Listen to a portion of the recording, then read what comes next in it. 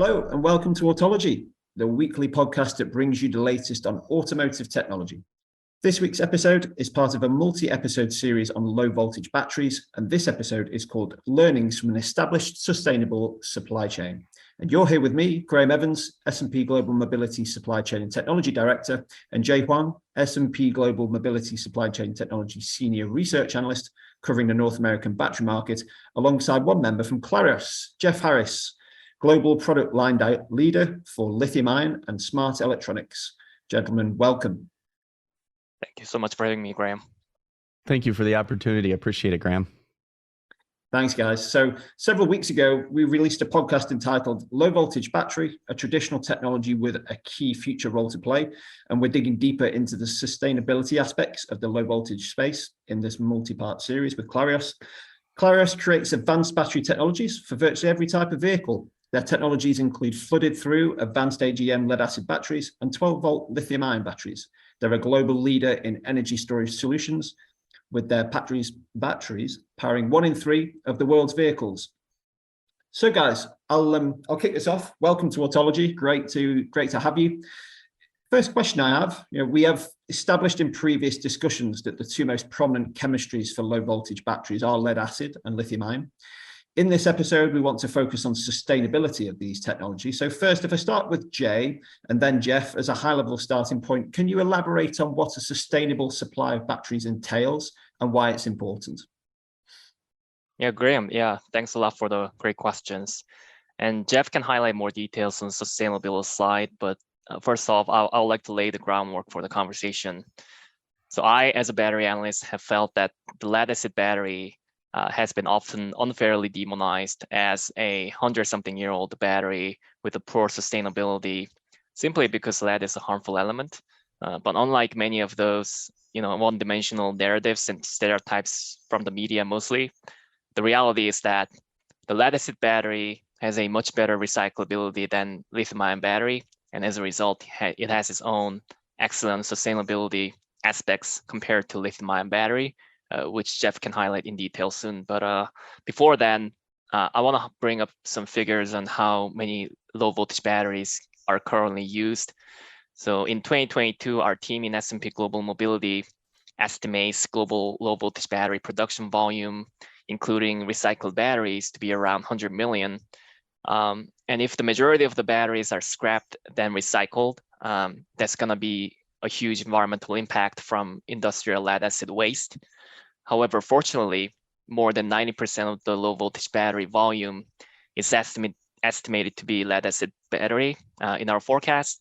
And within that, the lead acid battery has about 99% of recycling rate, which is much higher than 63% of newspaper and 55% of aluminum cans, according to the US Environmental Protection Agency, EPA report back in 2014.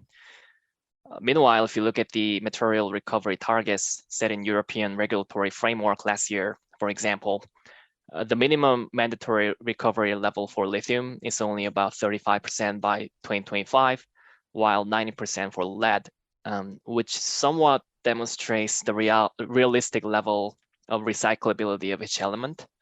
So while the lithium-ion battery has its own obvious advantages in high voltage battery for propulsion application, but at least in the low voltage battery application, there are some clear benefits that you can find in lead acid battery versus lithium-ion battery. And I would like to mention 3 things here. So first thing is the cost. So unlike the lithium-ion battery, recycled lead acid battery is cost competitive with the new one. The second thing I want to highlight is safety. So lead acid battery is safe since it's circulated in closed loop and does not expose the human in its entire life cycle, unless this is a very exceptional case. And last but not least is the material scarcity. So lead is a more abundant element in the earth than cobalt and nickel or maybe lithium these days.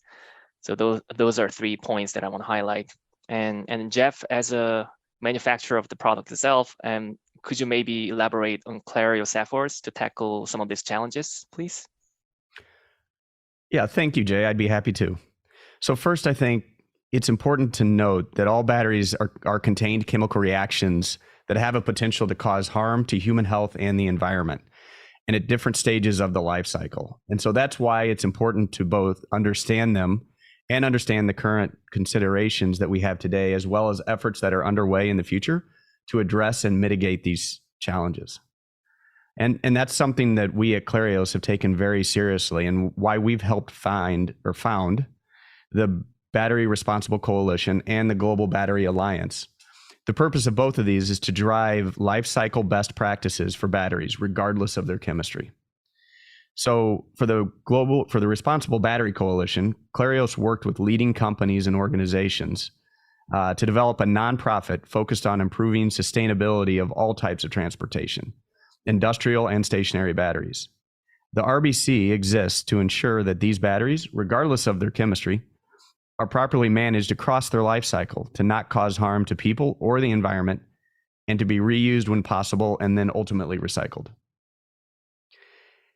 Clarios is also a founding member of the World Economics Forum, the Global Battery Alliance, which aims to connect and scale efforts to ensure battery value chain is socially and environmentally and economically sustainable. The GBA is currently working to eliminate child labor and forced labor from cobalt value chain and contribute to sustainable development of communities. So when you think about the benefits and results of our sustainability in action, we've been able to really set the gold standard with our lead acid battery solutions regarding our advanced AGM products. Jay, you mentioned it earlier, but we established a circular economy for lead acid batteries, making it the most recycled consumer product in the world. The 99% recycled content value that you referenced earlier includes the lead and metals, but also the plastics. And then if you break that down to a frequency per hour, we estimate that an average of 8,000 batteries are recycled every hour, 24 hours a day, 7 days a week, 365 days a year. And that is across our global network. So just to give you an idea on what the implications are there, that's a tremendous amount of material that gets recycled and that gets made available for the next generation of product. That's incredible. Thanks so much, Jeff, and thanks also Jay for the color earlier on the statistics. It's really quite impressive, and I guess so positive ultimately, that the chemistry can be truly circular and sustainable. And a huge amount of progress has been made through regulation and through technology. Is it a fair question to ask? I mean, are there still concerns with the use of the use of lead in batteries? So lead acid batteries have been around with us for over a century, and that's really allowed us to fully understand the chemistry's life cycles, their trade-offs, and then establish the circular solutions that we have today.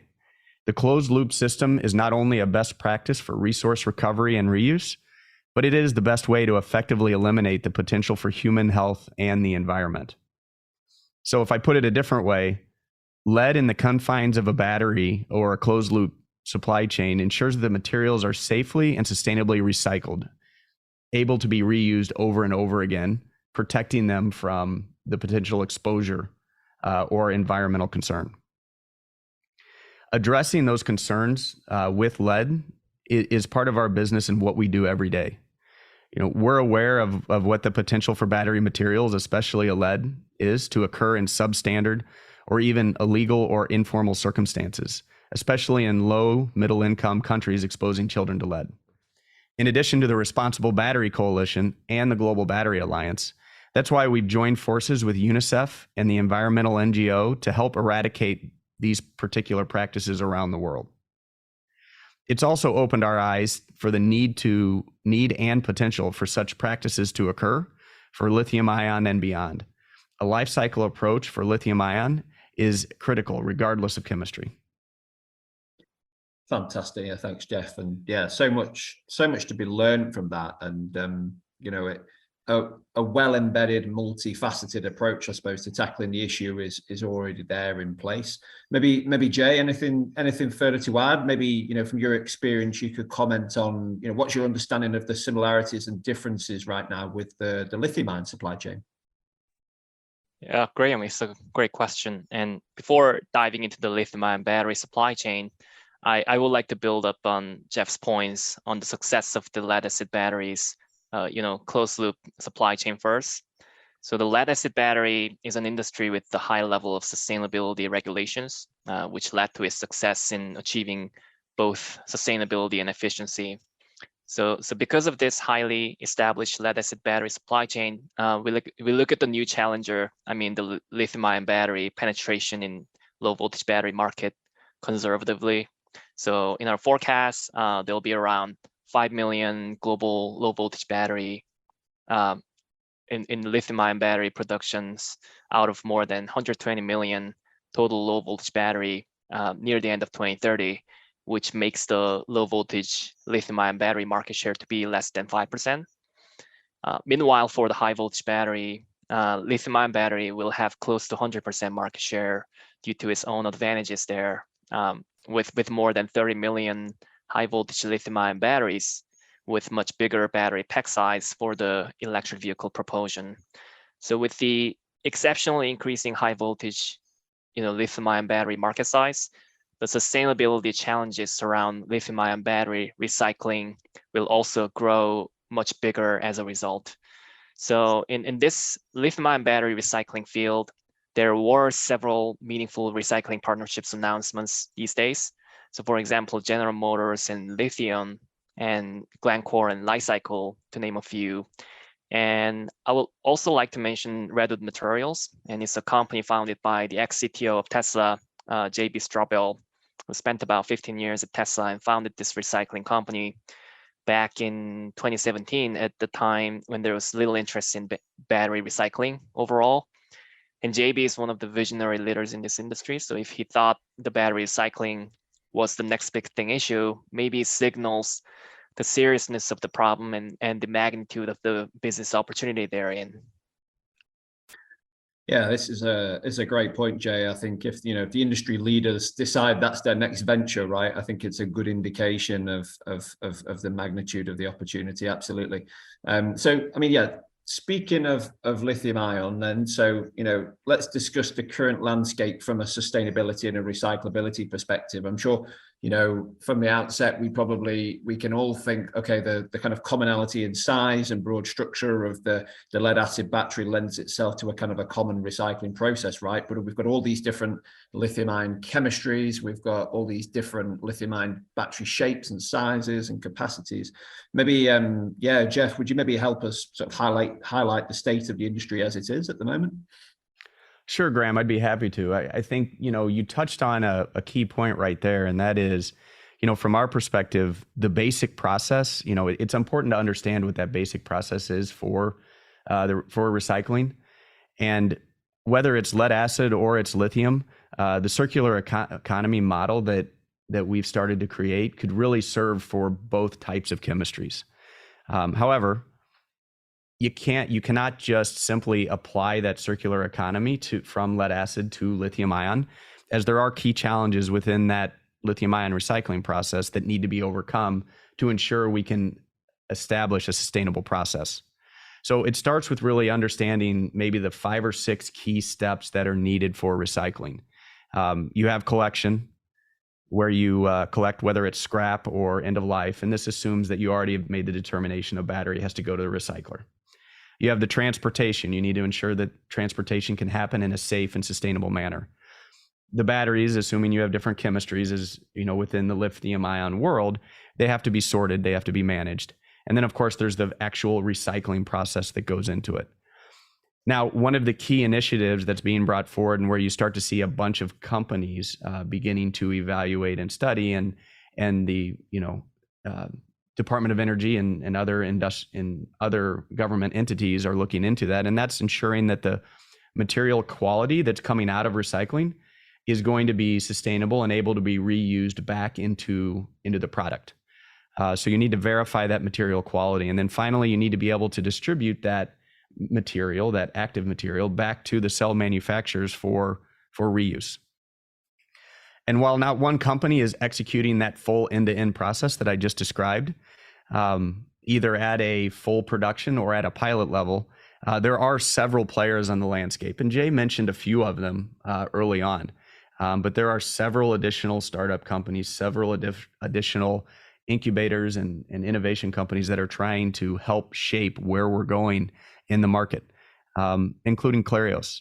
The challenges that we talked about there, whether it's the scale of the batteries, meaning the size or the shape, the battery material in the market, the safe transportation we talked about earlier, how to diagnose the batteries, what the state of the battery is when you come upon it, be it at a crash situation or be it an end of life product, all need to be assessed and laid into that circular economy. If you can do that, and as you're able to do that, then you're really able to break down those barriers that exist within the recycling process, ultimately leading to a process that can be both sustainable and profitable at the end.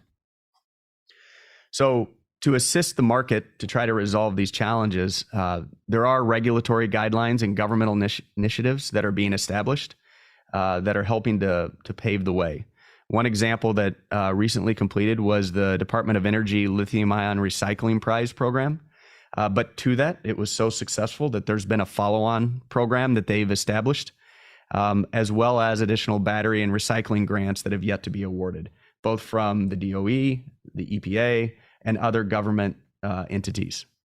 All of these activities are really intended to help spur the innovation and all aspects of the end-to-end process. So hopefully, as we put all of this together, we've got a sustainable solution that can be applied, not only across North America, but across the globe.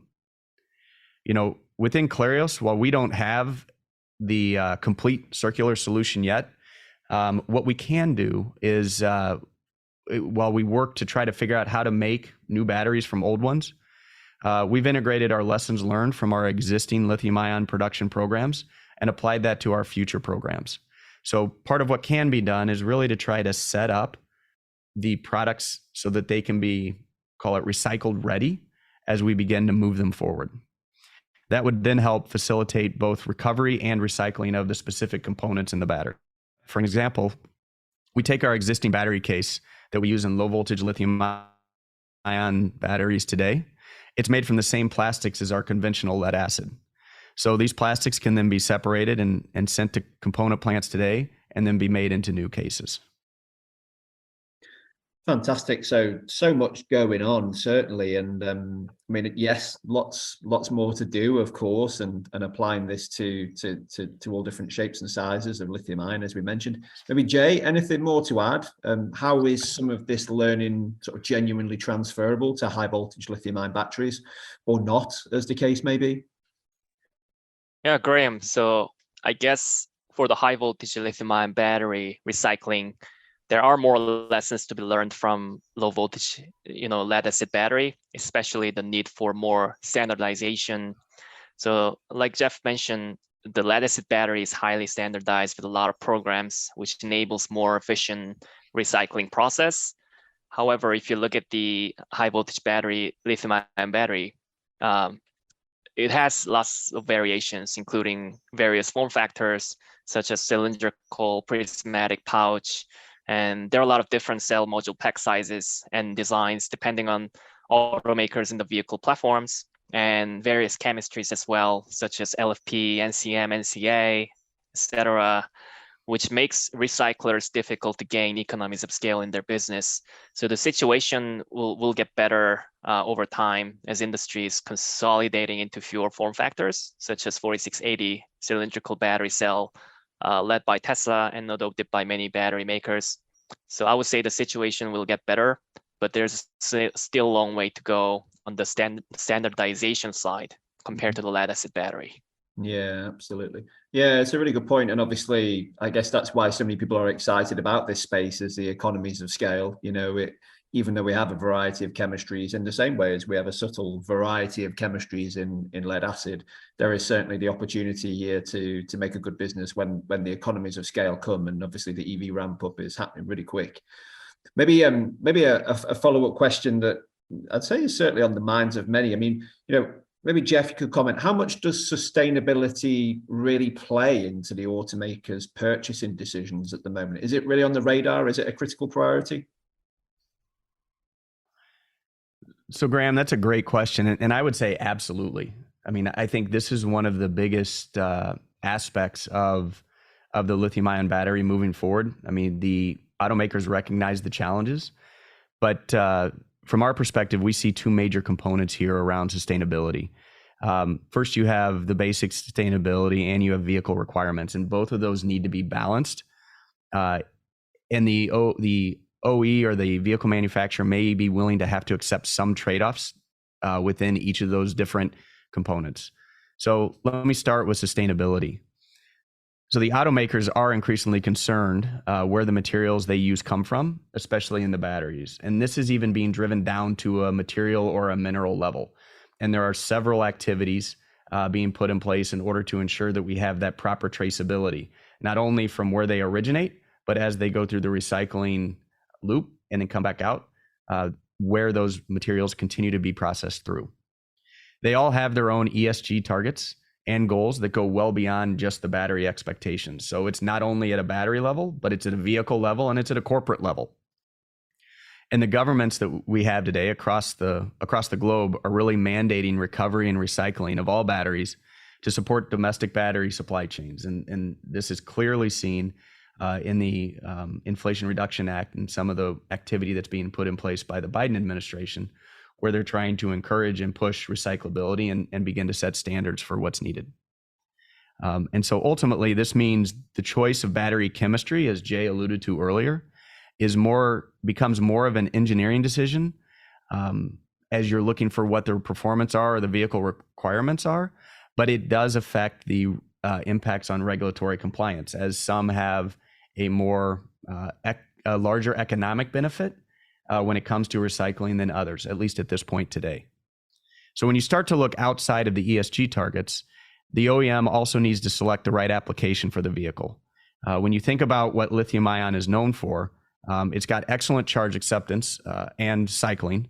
The battery state detection, whether it's state of charge, state of health, state of function, which I know we talked about in the previous podcasts, are consistently predict battery health, which is needed for the safety and stability of the product over life.